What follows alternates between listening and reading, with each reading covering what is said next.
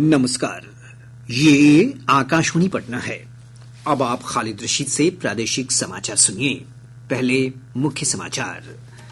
प्रधानमंत्री नरेंद्र मोदी ने कहा, युवाओं की ऊर्जा और उनकी सजगता स्वर्णिम भारत की गारंटी है। संयुक्त संसदीय समिति जेपीसी ने वक्फ संशोधन विधेयक 2024 को मंजूरी दी। बजट सत्र के दौरान संसद में पेश की जाएगी रिपोर्ट। निगरानी की टीम ने सीतामढ़ी जिले के पुपरी अंचल कार्यालय में पदस्थापित राजस्व कर्मचारी भोगेंद्र झा को 51,000 रुपए रिश्वत लेते रंगे हाथ गिरफ्तार किया। और सर्द पछुआ हवा का प्रभाव कम होने से प्रदेश के अधिकतर भागों में ठंड से राहत। मौसम विभाग ने कहा, 2 दिनों बाद न्यूनतम तापमान में और होगी बढ़ोतरी। अब समाचार विस्तार से। प्रधानमंत्री नरेंद्र मोदी ने कहा है कि एनसीसी कैडेट की ऊर्जा और उनकी सजगता स्वर्णिम भारत के निर्माण को संभव बनाएगी। प्रधानमंत्री श्री मोदी आज नई दिल्ली में करियप्पा परेड ग्राउंड में राष्ट्रीय कैडेट कोर एनसीसी की वार्षिक रैली को संबोधित कर रहे थे। प्रधानमंत्री ने कहा कि एनसीसी ने हमेशा युवाओं को राष्ट्र निर्माण की प्रेरणा दी है। असंख्य भुजाओं की शक्ति है, हर तरफ देश की भक्ति है। तुम उठो, तिरंगा लहरा दो, भारत के भाग्य को फहरा दो। कुछ ऐसा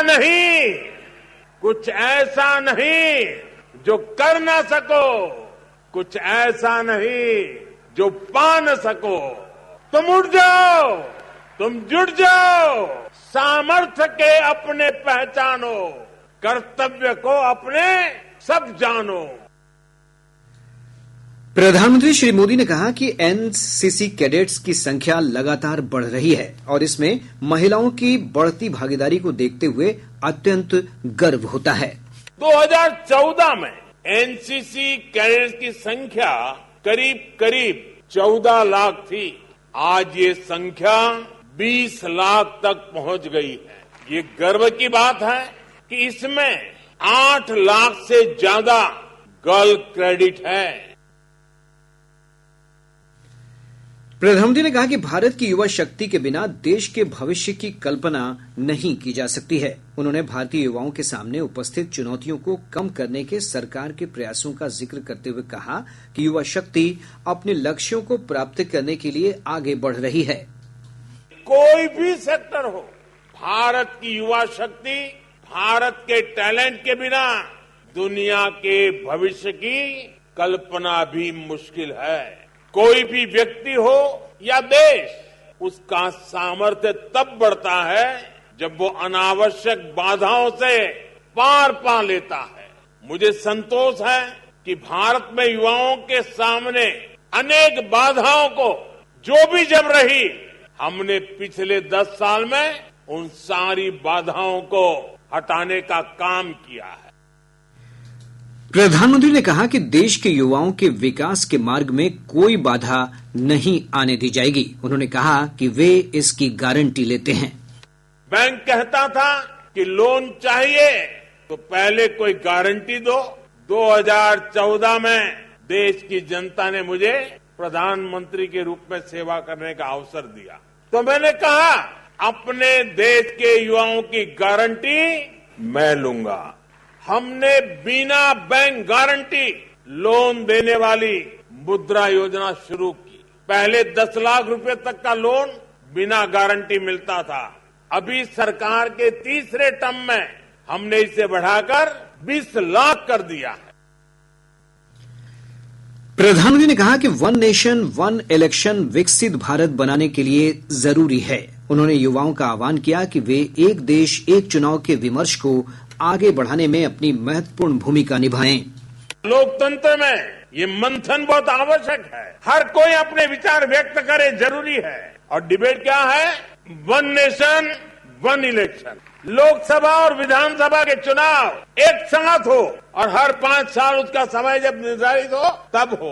भारत के युवाओं को भी मैं आज विशेष रूप से आग्रह करता हूँ, एनसीसी के कैडेट से आग्रह करता हूँ, माय भारत के वॉलंटियर से आग्रह करता हूँ, एनएसएस के साथियों से आग्रह करता हूँ, हम जहां भी हो इस डिबेट को चलाएं, डिबेट को आगे बढ़ाएं, डिबेट का नेतृत्व करें। हम बहुत बड़ी मात्रा में इस डिबेट के अंदर हिस्सा लें।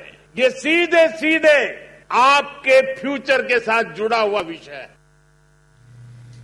युवा शक्ति विकसित भारत की थीम पर आधारित इस आयोजन के दौरान एनसीसी के 800 से अधिक कैडेट ने सांस्कृतिक कार्यक्रम प्रस्तुत किए, जिसमें राष्ट्र निर्माण के प्रति एनसीसी की प्रतिबद्धता दर्शाई गई। रैली में 18 मित्र देशों के 144 युवा कैडेट भी भागीदार बने।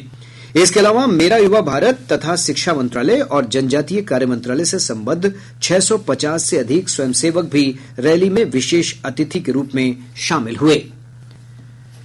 संयुक्त संसदीय समिति जेपीसी ने वक्फ संशोधन विधेयक 2024 को मंजूरी दे दी है। वक्फ विधेयक पर विचार के लिए गठित जेपीसी के अध्यक्ष जगदम्बिका पाल ने कहा कि आज समिति की अंतिम बैठक में सभी 44 संशोधन प्रस्तावों पर चर्चा की गई।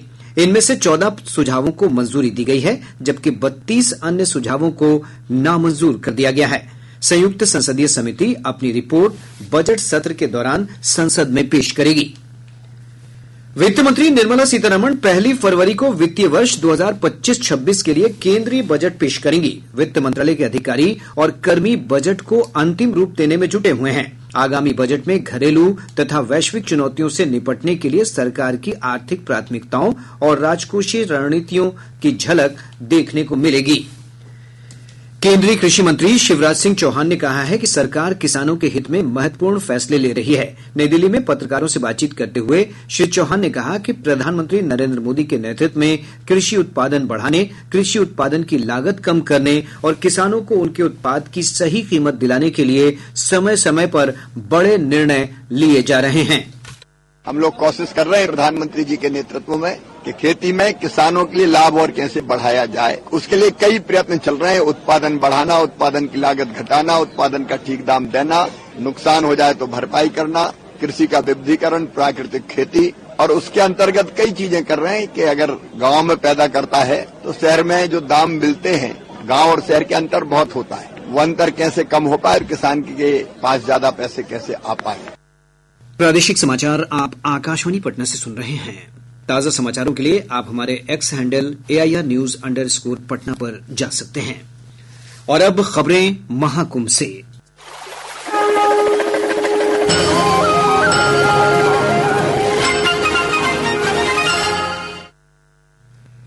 प्रयागराज के महाकुंभ में आज गृह मंत्री अमित शाह ने त्रिवेणी में पवित्र डुबकी लगाई। उत्तर प्रदेश के मुख्यमंत्री योगी आदित्यनाथ और कई संत भी पवित्र स्नान में गृहमंत्री के साथ थे। ब्यौरा हमारे संवाददाता से। दुनिया के सबसे बड़े आध्यात्मिक आयोजनों में से एक महाकुंभ में भारत और दुनिया भर से आए लाखों श्रद्धालु आस्था की डुबकी लगा रहे हैं। अपनी यात्रा के दौरान गृह मंत्री अमित शाह ने मेला क्षेत्र में सुरक्षा व्यवस्था का जायजा लिया। इसके अलावा कई साधु और संतों से मुलाकात की। मेले में श्रद्धालुओं की भारी संख्या को देखते हुए पूरे महाकुंभ मेला क्षेत्र में नो व्हीकल जोन घोषित किया गया है। गृह मंत्री अमित शाह ने कहा कि महाकुंभ संपूर्ण विश्व को समानता और समरसता का संदेश देता है। उन्होंने कहा कि यह महाकुंभ केवल तीर्थ स्थल नहीं है, बल्कि देश की विविधता, आस्था और ज्ञान परंपरा का भी संगम है। केंद्रीय अल्पसंख्यक मंत्री किरण रिजिजू भी आज त्रिवेणी संगम पर पवित्र स्नान करेंगे। महाकुंभ के दौरान अब तक 13 करोड़ से अधिक श्रद्धालु संगम में पवित्र स्नान कर चुके हैं। 13 जनवरी से शुरू हुआ यह महाकुंभ का मेला 26 फरवरी तक चलेगा। दीपेंद्र कुमार, आकाशवाणी समाचार, प्रयागराज।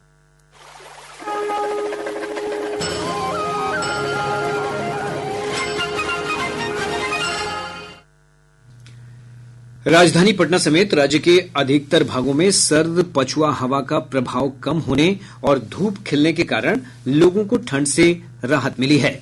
विभिन्न स्थानों पर अधिकतम और न्यूनतम तापमान के बीच अंतर बढ़ा है। हालांकि डेहरी, छपरा, मोतिहारी, जमुई, बक्सर, बांका, दरभंगा और गया जिले में न्यूनतम पारा अभी भी 10 डिग्री सेल्सियस से नीचे बना हुआ है। रोहतास जिले का डेहरी राज्य का सबसे ठंडा स्थान रहा, जहां का न्यूनतम तापमान 6.5 डिग्री सेल्सियस रिकॉर्ड किया गया। मौसम विज्ञान केंद्र पटना के वैज्ञानिक कुमार गौरव ने बताया कि प्रदेश के अधिकांश भागों में अगले 2 दिनों तक किसी विशेष परिवर्तन की संभावना नहीं है। इसके बाद विभिन्न भागों में न्यूनतम तापमान में 2 से 3 डिग्री सेल्सियस की बढ़ोतरी हो सकती है। वहीं पश्चिम चंपारण, पूर्वी चंपारण, सीतामढ़ी, शिवहर और मधुबनी जिले में कुछ स्थानों पर सुबह और शाम के समय घना कोहरा छाये रहने की संभावना है। अगले 5 दिनों के दौरान प्रदेश का मौसम शुष्क, आकाश मुख्यतः साफ एवं प्रदेश के अधिकांश भागों का अधिकतम तापमान सामान्य से अधिक बने रहने की संभावना है। सुबह के समय हिमालय की तराई के जिलों में घना कुहासा छाए रहने का पूर्वानुमान है। न्यूनतम तापमान में अगले 48 घंटों में कोई विशेष परिवर्तन की संभावना नहीं है। तत्पश्चात तापमान में 2 से 3 डिग्री सेल्सियस की वृद्धि का पूर्वानुमान है। निगरानी की टीम ने सीतामढ़ी जिले के पुपरी अंचल कार्यालय में पदस्थापित राजस्व कर्मचारी भोगेंद्र झा को 51,000 रुपए रिश्वत लेते रंगे हाथ गिरफ्तार कर लिया। गिरफ्तार कर्मचारी पर दाखिल खारिज के बदले रिश्वत लेने का आरोप है। निगरानी की टीम उसे अपने साथ पटना ले गई है। राजद सांसद मीसा भारती लोकसभा चुनाव 2024 के दौरान आचार संहिता उल्लंघन के एक मामले में आज दानापुर व्यवहार न्यायालय में पेश हुई। उन पर बिना प्रशासनिक अनुमति के रोड शो करने का आरोप है। अररिया समाहरणालय सभागार में पशु एवं मत्स्य संसाधन विभाग की अपर मुख्य सचिव डॉक्टर एन विजय लक्ष्मी की अध्यक्षता में कोसी बेसिन विकास परियोजनाओं की कार्य प्रगति की समीक्षा के लिए बैठक की गई। कैमूर के टाउन हाई स्कूल में अंतरिक्ष उपयोग केंद्र इसरो की अहमदाबाद इकाई की ओर से विक्रम साराभाई स्पेस प्रदर्शनी का आयोजन किया गया। इसरो के वरिष्ठ वैज्ञानिक परेश सरवैया ने छात्र छात्राओं को अंतरिक्ष विषय पर महत्वपूर्ण जानकारी दी। छपरा के सांसद राजीव प्रताप रूडी की अध्यक्षता में सारण समाहरणालय सभागार में सड़क सुरक्षा समिति की बैठक आयोजित की गई। इस बैठक में सड़कों पर सुरक्षा चिन्ह लगाने, अवैध निर्माण को हटाने और जानवरों की सड़क पर आवाजाही रोकने जैसे मुद्दों पर चर्चा की गई। मुंगेर पुलिस ने बरियारपुर और मुफस्सिल थाना क्षेत्र में 14 जनवरी को हुई लूटकांड का खुलासा करते हुए 2 अपराधियों को गिरफ्तार कर लिया। यह जानकारी पुलिस अधीक्षक इमरान मसूद ने दी है। बेगूसराय जिले के बखरी थाना क्षेत्र अंतर्गत शकरपुरा गांव से पुलिस ने एक अपराधी को 2 पिस्तौल और कारतूस के साथ गिरफ्तार कर लिया। मधुबनी जिले के लदनिया थाना क्षेत्र अंतर्गत सिद्धपकला गांव में पुलिस ने छापेमारी कर खेत में छुपाकर रखी भारी मात्रा में नेपाली शराब बरामद की है। मुंगेर शहर के शहीद स्मारक के पास गृह रक्षा वाहिनी के जवानों ने 1 दिवसीय धरना दिया। इस दौरान प्रदर्शनकारियों ने समान काम समान वेतन समेत 21 सूत्री मांगों के समर्थन में नारेबाजी की। अररिया की एक स्थानीय अदालत ने भारतीय न्याय सुरक्षा संहिता की विभिन्न धाराओं के तहत 2 महिला समेत 4 अभियुक्तों को आजीवन कारावास की सजा सुनाई है। रोहतास जिला मुख्यालय सासाराम में 30 जनवरी को एनडीए कार्यकर्ता सम्मेलन का आयोजन किया जाएगा। पटना के आलमगंज थाना क्षेत्र अंतर्गत जेपी गंगा पथ पर आज एक चलती गाड़ी में अचानक आग लग गई। इससे यातायात बाधित हो गया। हालांकि इस घटना में कोई हताहत नहीं हुआ है। मुख्यमंत्री नीतीश कुमार की तबीयत खराब होने के कारण आज से शुरू होने वाली उनकी प्रगति यात्रा के तीसरे चरण के कार्यक्रम में बदलाव किया गया है। मुख्यमंत्री सचिवालय से जारी पत्र के अनुसार यात्रा का तीसरा चरण अब कल पूर्णिया से शुरू होगा। प्रगति यात्रा के चौथे चरण का कार्यक्रम भी घोषित कर दिया गया है। इसके अनुसार चौथा चरण 1 फरवरी से भागलपुर से शुरू होगा। और अब अंत में मुख्य समाचार एक बार फिर। प्रधानमंत्री नरेंद्र मोदी ने कहा, युवाओं की ऊर्जा और उनकी सजगता स्वर्णिम भारत की गारंटी है। संयुक्त संसदीय समिति जेपीसी ने वक्फ संशोधन विधेयक 2024 को मंजूरी दी। बजट सत्र के दौरान सदन में पेश की जाएगी रिपोर्ट। निगरानी की टीम ने सीतामढ़ी जिले के पुपरी अंचल कार्यालय में पदस्थापित राजस्व कर्मचारी भोगेंद्र झा को 51,000 रुपए रिश्वत लेते रंगे हाथ गिरफ्तार किया। और सर्द पछुआ हवा का प्रभाव कम होने से प्रदेश के अधिकतर भागों में ठंड से राहत। मौसम विभाग ने कहा 2 दिनों बाद न्यूनतम तापमान में और होगी बढ़ोतरी।